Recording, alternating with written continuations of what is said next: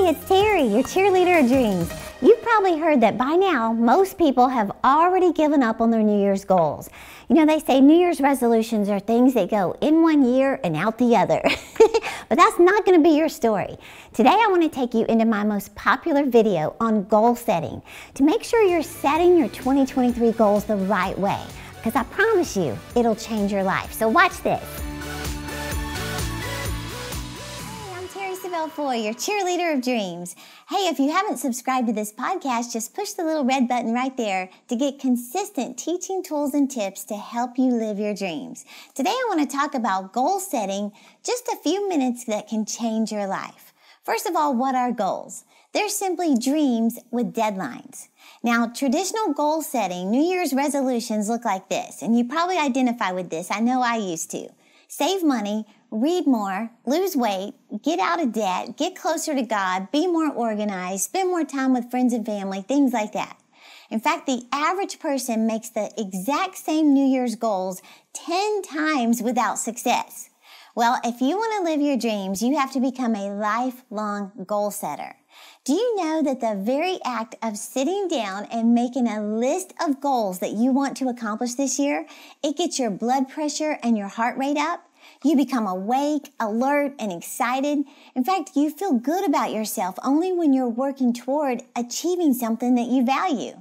And I'm convinced that this act alone has caused me to go from being in a rut, living paycheck to paycheck, marriage falling apart, body out of shape, etc., to my marriage restored, healthy and full of energy, writing books, doing what I'm doing today, basically. And you know, I love this story I heard recently about a guy named Brian Scudamore. Now listen to this story. I think it's amazing. This is just a summary real quick of what he shared. In 1997, he said he had a business of hauling off junk and getting paid for it. One day, he got away alone to just think. Those are the key words. To think about his vision, his dream, his goals.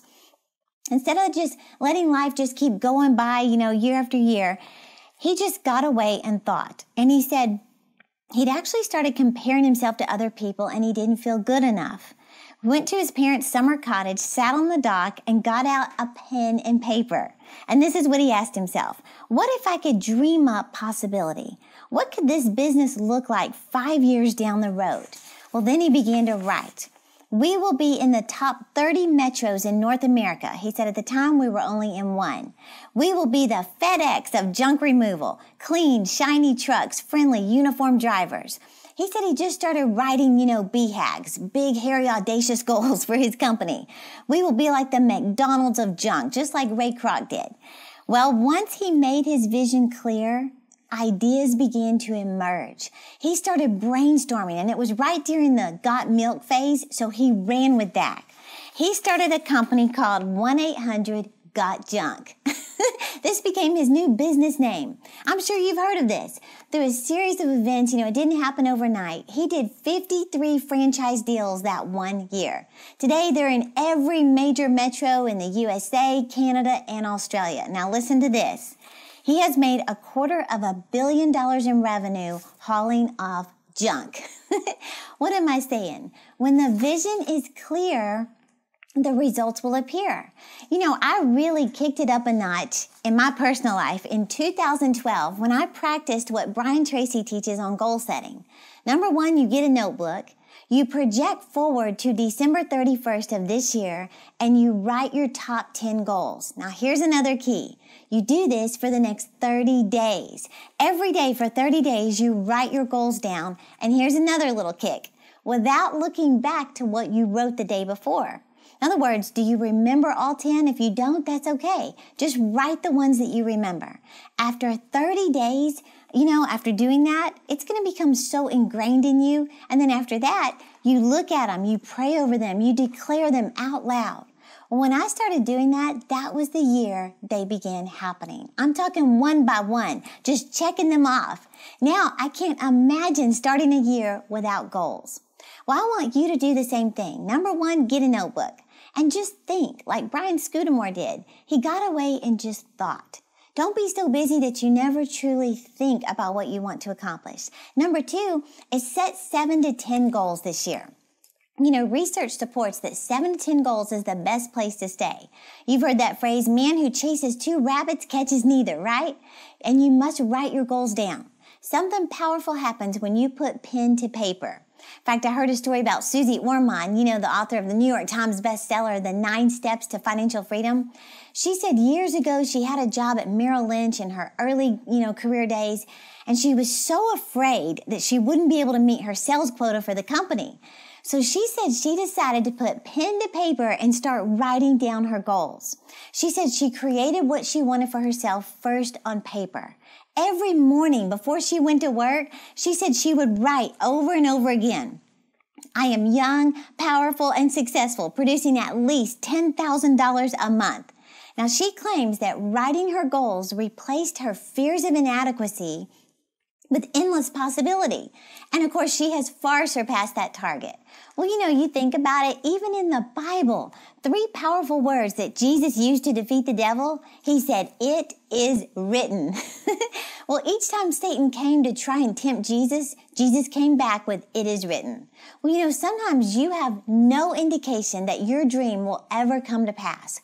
But all you have to do is point to your vision board or your book of dreams and say, you know what? I don't know how this will ever happen, but I have faith in the fact that it is written, and be it unto me according to my faith. So, number 3, be specific. You may say, I'd really like to make more money, but until you make it concrete, it's doubtful it will ever happen. In fact, there was this lady in Colorado, she told me, she said, for years, she wished she had a raise. She would complain, get frustrated, and then finally she said, I wrote it down, Terry. I received a $10,000 raise. She actually put it on a Post-it on a vision board. That's simple. Took 30 seconds on a Post-it note. She said, Terry, I got my raise. I said, how much? She said, $10,000. Well, in most cases, our dreams and our goals are too broad. In our ministry up here, we set goals for everything. I mean, everything. We aren't haphazard about anything. We set specific goals for phone calls, orders, sales, new connections, website visits, social media goals, followers, invitations to speak, attendees at conferences. I'm talking everything. But here's the thing. When the vision is clear, the results will appear. So be specific. Number 4, assign a deadline. Deadlines are motivating. They create a sense of urgency. Many people are so afraid to set a deadline because they're concerned they won't make it. But that's okay. You can move the deadline. So if you have a desire to write a book this year, you need to assign a deadline for chapter 1. Don't just say, write my book this year. Put a deadline to it. Number 5, stretch outside your comfort zone. You need to be uncomfortable. See, if all of your goals are in the comfort zone, it doesn't motivate you. It's not compelling. It doesn't require you to think creatively or to trust God and to pray. See, when you set goals outside that comfort zone that stretch you, that's where prayers are answered. That's where you look back and you say, look what God has done. And here's the thing about the discomfort zone. It's uncomfortable. You will feel doubt and fear and awkward, but it just means you're being stretched. It means you're going to have to grow to achieve these goals. And number 6, put your goals in sight.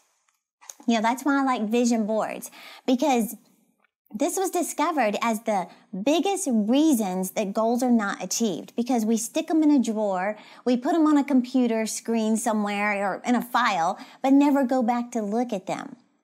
We have a giant vision board here at the office where all of our goals are in the hallway. We get them out at our team meetings and we read them out loud one by one.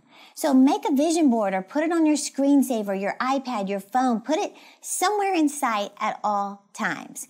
Well, Earl Nightingale said, people with goals succeed because they know where they're going. It's as simple as that. So I want to challenge you. Send me your top 10 goals. I would love to pray over them. I would love for you to, get that accountability where you make yourself think of top 10 goals and send them to me, because I want to pray over those goals and join my faith with you.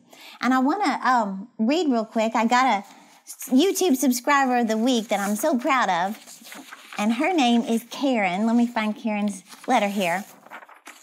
Karen said, thank you, Terry. I have already achieved one of my goals because of my vision board. I am now the first board certified ambulatory registered nurse. Wow, that's impressive just saying. At my organization. She said, I am 3 months away from achieving my next goal, which is to pay off my student loan. Then she says this, vision boards work. I love it, Karen. I'm so proud of you for following your dreams. Well, to help you follow your dreams in 2018, I have a free download for you called the Isaiah 46:10 method. I think you're going to love it. So, this is a proven goal-setting strategy to achieve your dreams and goals this year. Now, on average, 60% of goals get completed within the first year using this method. That's how much I believe in it. So for more consistent motivation, follow me on Instagram, Facebook, Twitter, and Pinterest. Find my handles below or click the red subscribe button right down there for weekly videos to make this your best year yet. So be sure to follow us and subscribe, and I look so forward to seeing you next week. Hey YouTube, don't forget to subscribe to my channel, and to get more inspirational content, click one of these videos right here. And remember, I'm cheering you on to live your dreams.